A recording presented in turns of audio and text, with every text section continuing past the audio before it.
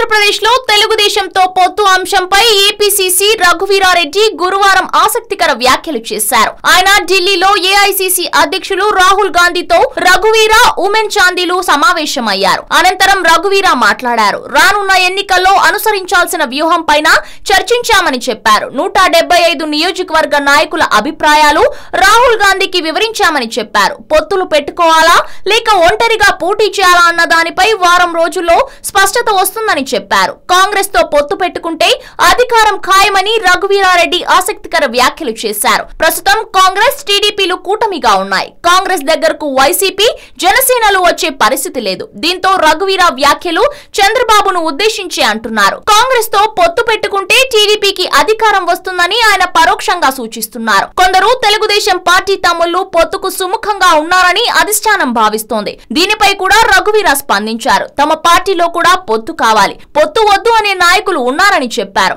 ఒంటరిగా పోటీ చేస్తే కాంగ్రెస్ కు లాభమని చెప్పేవారు కూడా ఉన్నారని చెబుతున్నారు. తమ లక్ష్యం ప్రత్యేక హోదా అన్నారు. తమ పార్టీ అధ్యక్షులు రాహుల్ గాంధీ ప్రధాని కాగానే హోదా ఫైల్ పైన తొలి సంతకం పెడతారని చెప్పారు. కాగా టీడీపీ కాంగ్రెస్ పార్టీలు మరో 2 పార్టీలతో కలిసి మహాకూటమిగా ఏర్పడి తెలంగాణలో పోటీ చేశాయి. చంద్రబాబు కూడా రాహుల్ గాంధీతో కలిసి ప్రచారం నిర్వహించారు. ఢిల్లీకి వెళ్లి కలిశారు. ఒకే వేదికపై పలుమార్లు కనిపించారు.